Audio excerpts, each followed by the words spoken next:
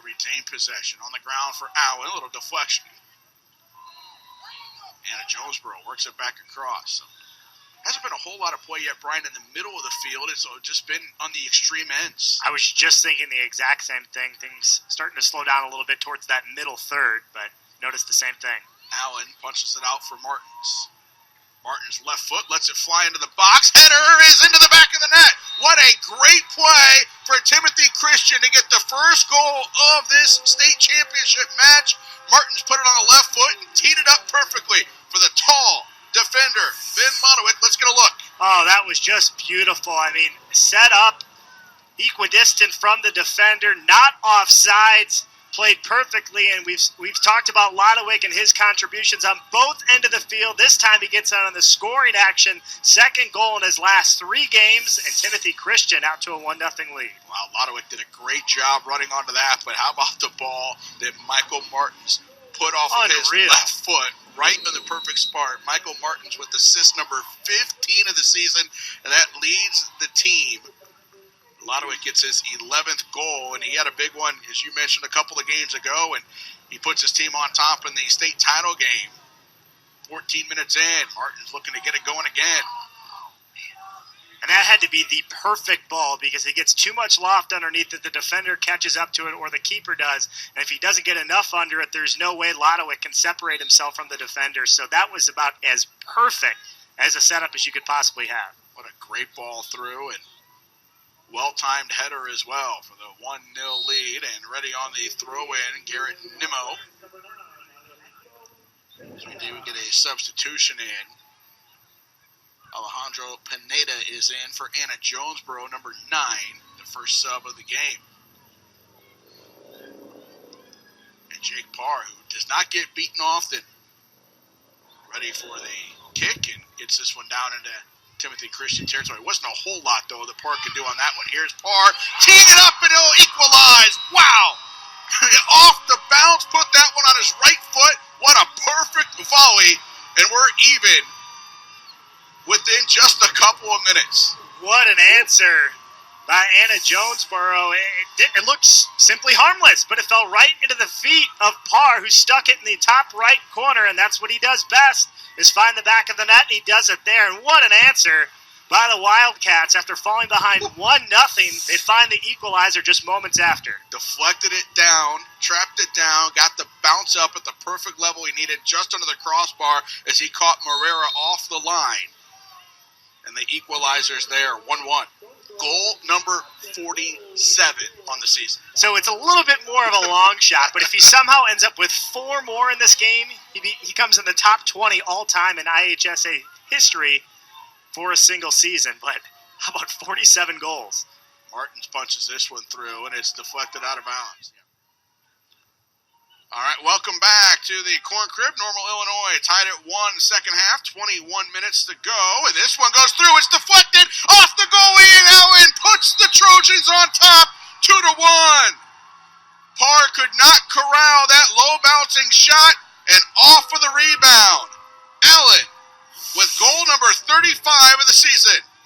Yeah, and Nathan, kind of a surprise there. You see Parr, and we've talked about the ball maybe being wet, and Parr not able to corral it, but credit Allen for not giving up on the play, not assuming that the ball was going to be gobbled up, stayed with it, knocked it past Parr, and a 2-1 Trojan lead. The sophomore, Jimmy Allen, his 35th goal of the year. He's already their single-season goal-scoring record holder, and even as a sophomore, their career goal-scoring record holder. That might be the biggest one of his career if it holds up over the next 21 minutes. Remember, last time they scored, the Wildcats answered within 2 minutes. Here comes Allen on the ball again. Stolen by Earnhardt. And they go on the left side to Russell. So Jimmy Allen strike off of a rebound, unassisted. Puts the Trojans on top 2-1. Knocked out of bounds. That will stay with the Trojans on the deflection on the slide. Sometimes those shots from distance can be the trickiest ones as they bounce through. And with it now is Anderson. Allen was there to take advantage. That's what goal scorers do. They find the ball, especially inside that 6. Outside the 18. Here is Martins on the ball. His shot's deflected high in the air. The Trojans will keep possession. Bagunski battling with Stark. Kept possession and drew a foul on Stark. After Bagunski kept it, Stark a little frustrated. There's a first push. Actually, he went the other way. And then after Bagunski won possession, Stark kind of grabbed him. Yeah, good sportsmanship at the end of it all, though. You see a little aggressive, getting a little chippy, but you saw both players shake hands immediately after that. And into the net, off of the free kick. 3-1 for the Trojans. That free kick found its way through. Let's take another look. Anderson on it. It's deflected. That's the substitute. Number 9, Trevor Hugendoom, the junior midfielder who just came in a couple minutes ago.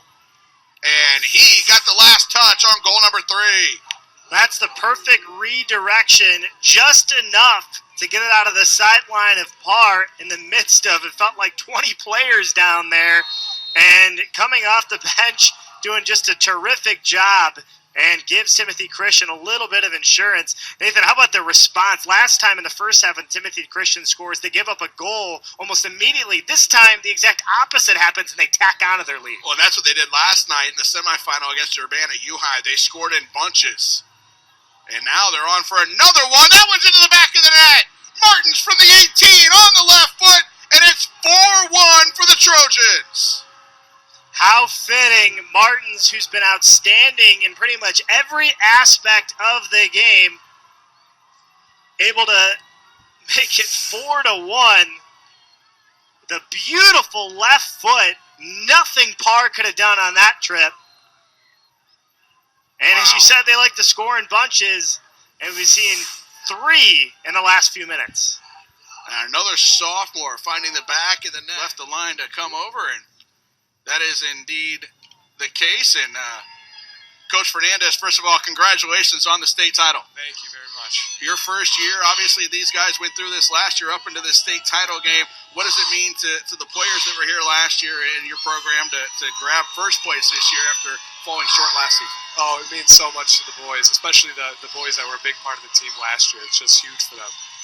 This whole postseason, they've been so excited to make this run, and it feels so good to get it done. I know last night you guys scored in bunches, and it happened again today, that 6-minute stretch. How can you put that into perspective? Does that kind of capture your entire season? You get one, then you get another, and all of a sudden you've got all the momentum. Yeah, once we get that momentum, we really run with it. I think, once one went in, we got some